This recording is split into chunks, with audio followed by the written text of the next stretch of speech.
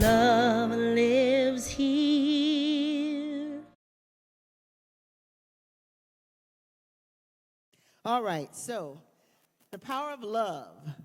But that's not what I'm talking about today. I'm talking about the power of relationship. So last week, Reverend Jeffrey reminded us that we're all connected, that we live in a time where noise and division try to define who belongs and who doesn't belong, right? And through everything, there is that idea of division in our politics, the laws that are being passed, from race and gender expressions. But yet at the core, spirituality, emotionally, we are one. We have a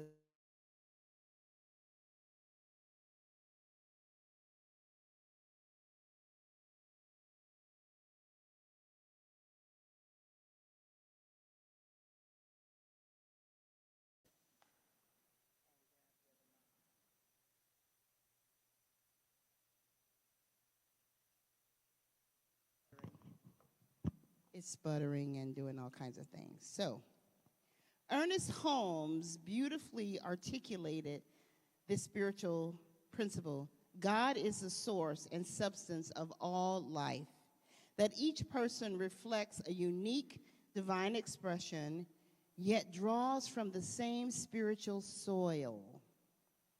And he said, we need unity without uniformity. Individuals can be a little different while cooperating in a common purpose, for a common purpose.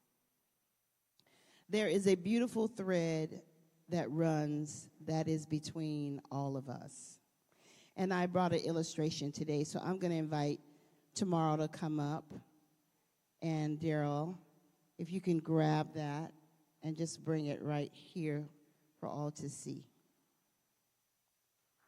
We're talking about the thread that runs between us. Uh-oh. Okay. So hold that out so everyone can see it.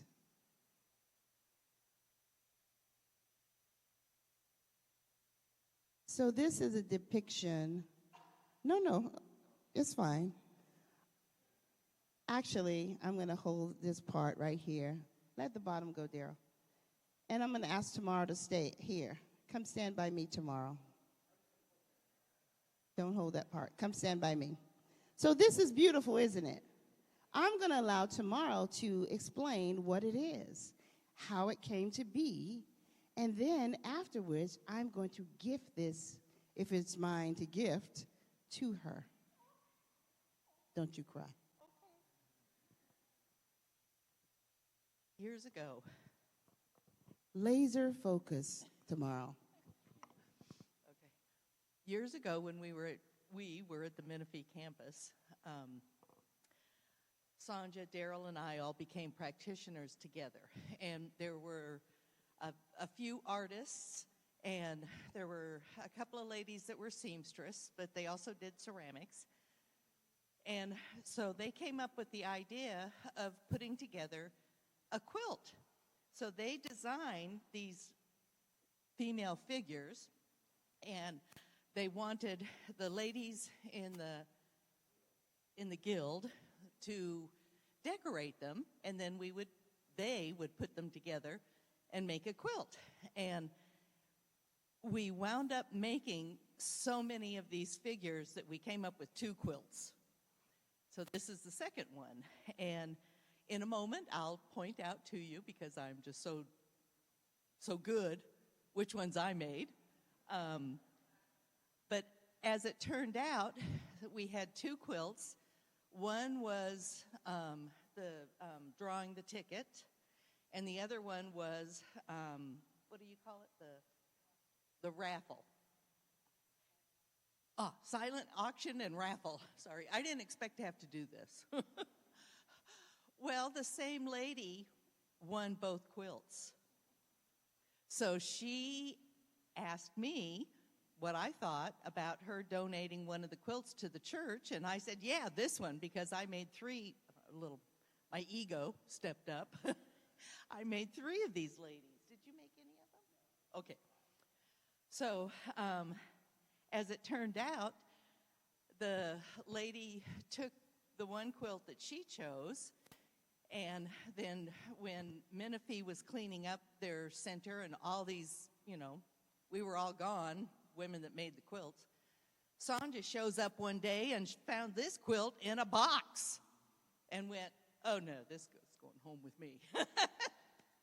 But I will point out, all of my girls have purses, and I put something in the purses, but some of them are missing their little pieces.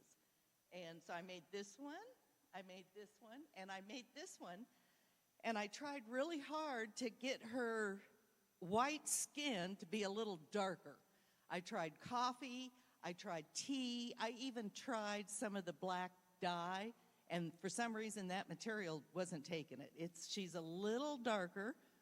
But I also did her hair with French knots. And I did a spiral bead, right? Her French knots took longer to do than the spiral beaded thing. Sometimes it takes longer to do our hair. Thank you. So I just wanted to show this in all its diversity and the way it came about, because, the talk title today is The Power of Relationships, and it was a core of women that put this together in this beautiful quilt as a representation of themselves and the relationship that it took to come together as one to make this. So I'm going to gift this to tomorrow because I did find it in a box on the way to the trash.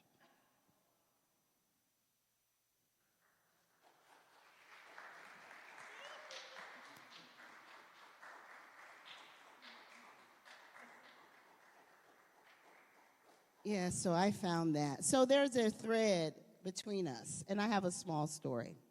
It says, in a small town surrounded by misty hills and blooming wildflowers, there lived a weaver named Amara.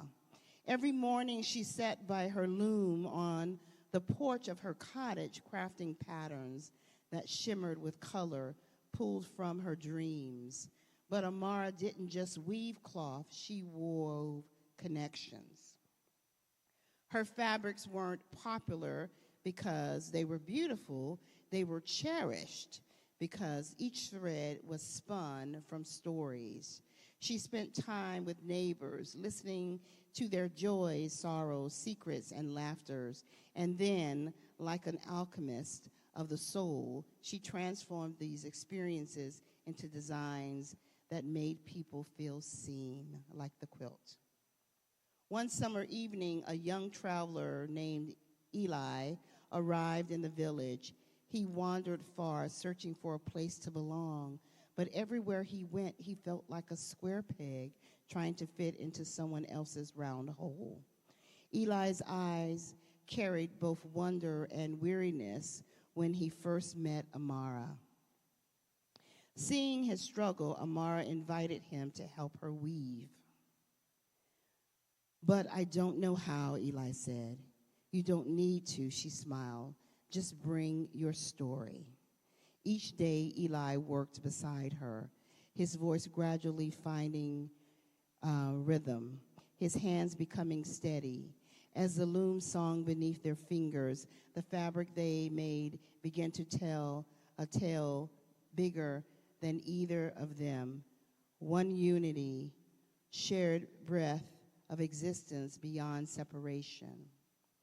When the cloth was finished, the villagers gathered around Amara, draped it like a tapestry across the square.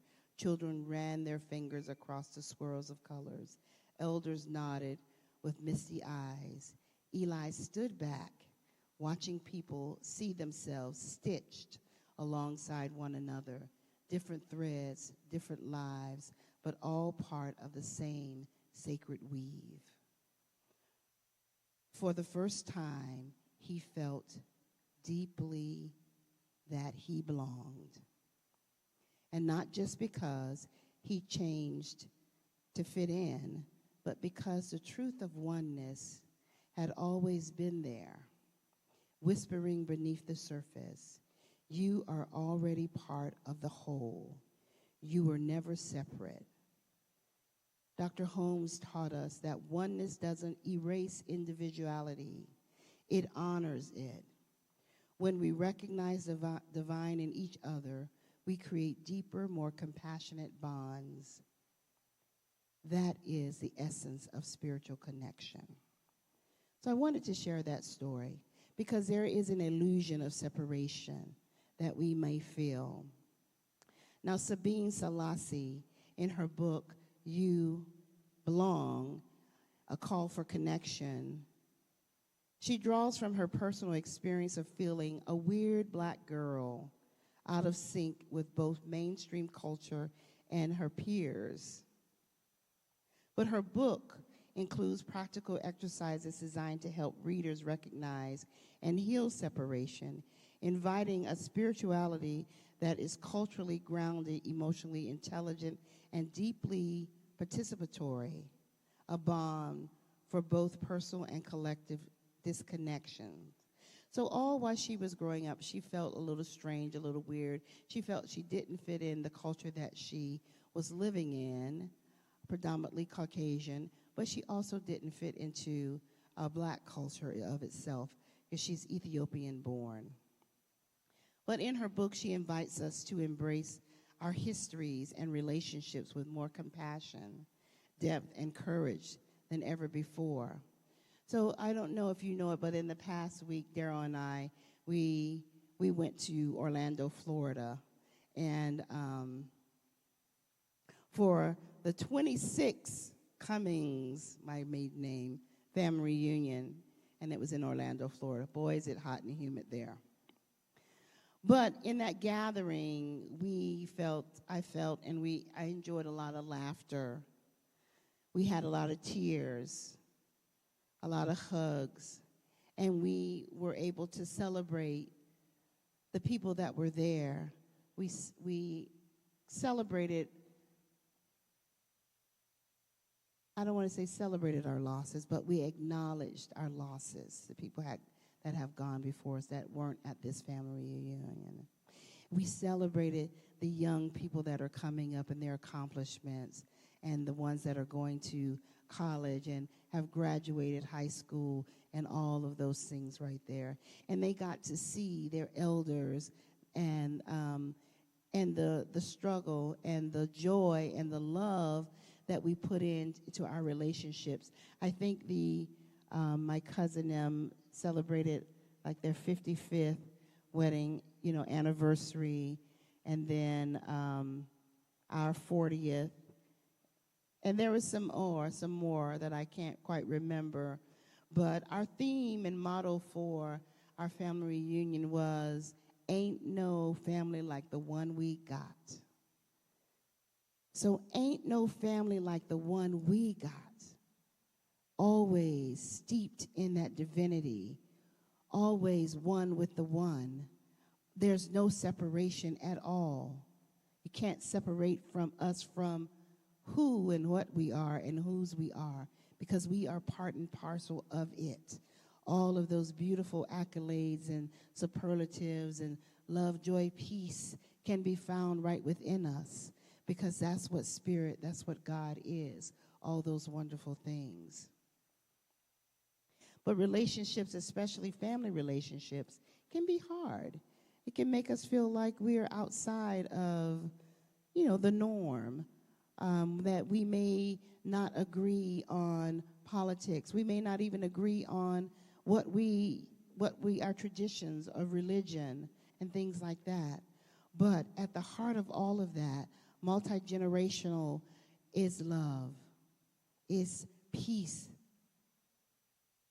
And that's what I found. I'm always a little hesitant when I go home because, I've been in California for so long, and I have been away from my family. I try to go to the family reunions every 2 years, but I've been away for so long. And so trying to reconnect with them, that comes just like that. Just like that. I'm back in. I'm not separated. I'm not disconnected. I am one with them, and I am one with the one.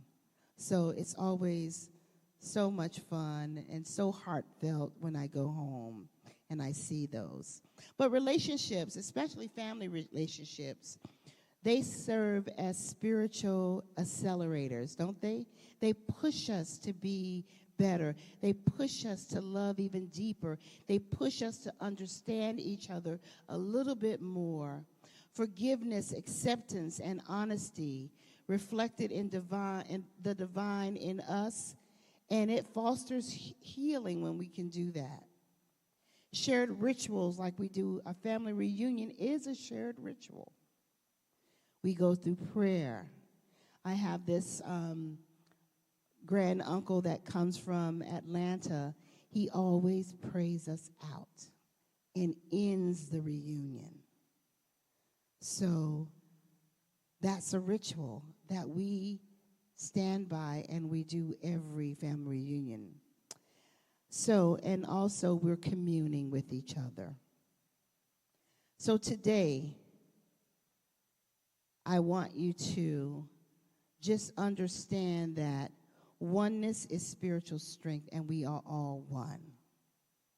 Relationships are vessels for the truth, and we are the source.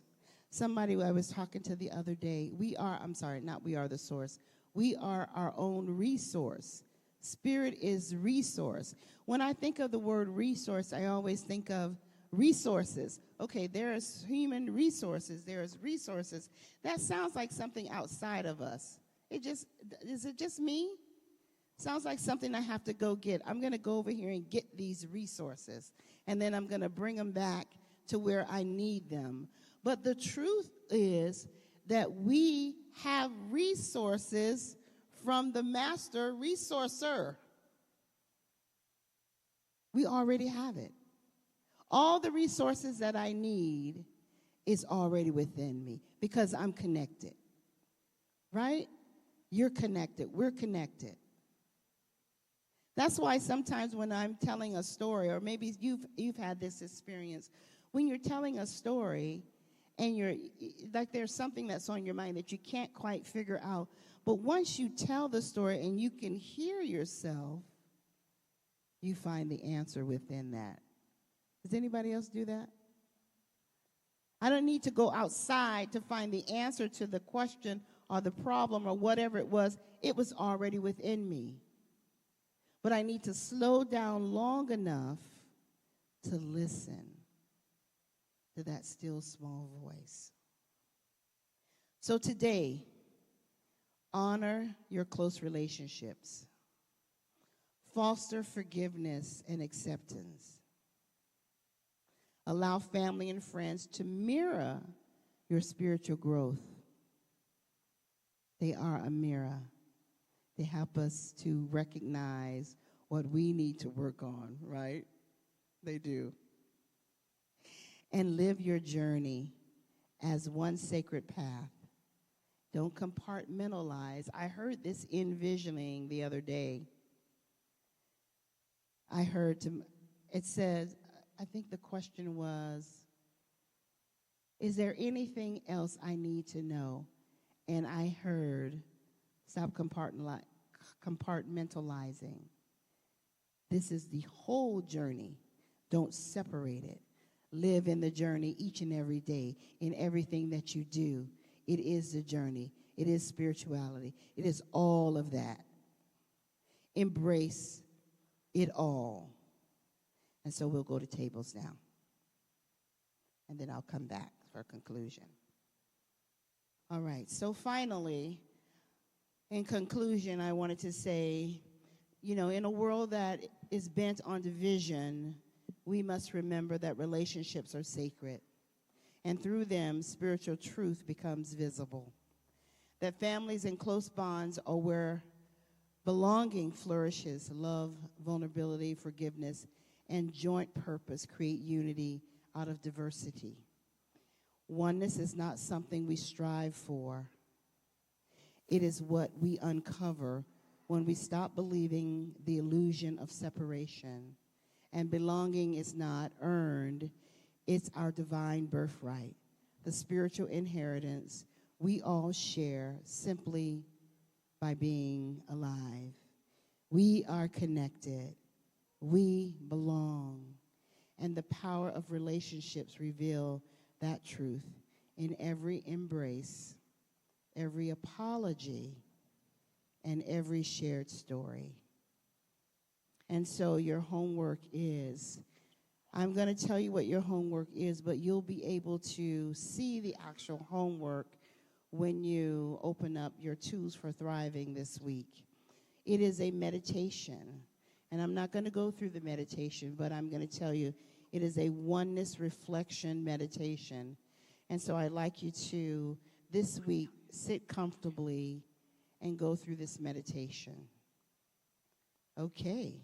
And so it is. So I just ask the practitioners and leadership council to please come forward,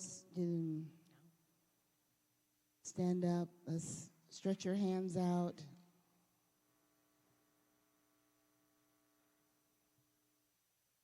As we say a prayer for our space, for our lives, for our families, for all of us, knowing that there's only one power and one presence. I call it God, the living Spirit Almighty.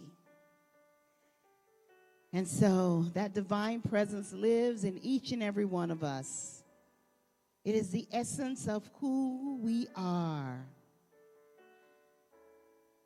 And we come together today in gratitude for this sacred connection that we have with the divine and that we have with each other, with our families, our friends, and with this beautiful community. We are a tapestry woven together with the thread of the divine, each of us is that thread. We come together to make one beautiful world, one beautiful tapestry, individually, collectively. And so I bless this time that we've had together to communion, to remember and recognize our source, to remember and recognize that no matter what the world is trying to tell us, how the world is trying to divide us, we are one. We sang a song at my family reunion, we are family. And we also sung a song of family reunion. And each time we come together in this place, it is a family, a spiritual family reunion. The divine image in me cannot be separated. The divine image in you cannot be separated. Let the bonds that bind us together be of love, be of peace, of joy, of gratitude.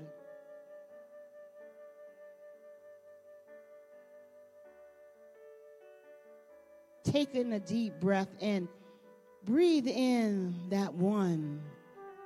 You're not breathing yourself. Spirit is breathing you. And so I affirm that our lives are living mirrors of oneness. We reflect back to each other. And it guides us closer to unity and the collective awakening. Like Frank always says, wake up. Wake up. We give thanks for the gift of one another. And I release this prayer into the compassionate flow that is God, that is the universe.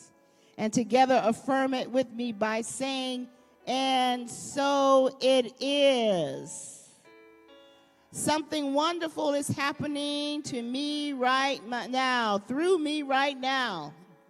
Say it with me. Something wonderful is happening through me right now. It is this thing called love. Love is in my mind. Love is in my body. Love is in everything that I do. I am it. I share it. I receive it. And I move love forward because love lives here. And then our affirmation should be on the screen right now. Is it? All right, let's say our affirmation together.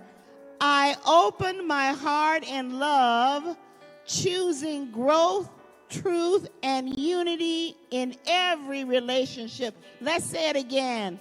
I open my heart in love, choosing growth, truth, and unity in every relationship. Happy Sunday.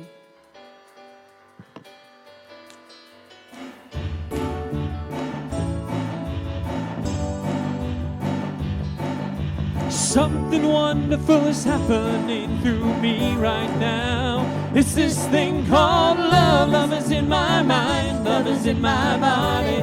Love is in everything I do. I am it, I share it, receive it. And I move it forward because the love lives here. Love lives here. Happy Sunday! Something wonderful is happening to me right now. It's this thing called love. Love is in my mind. Love is in my body. Love is in everything I do. I am it, I share it, receive it, and I move it forward because love lives here. Love lives here. Love lives here.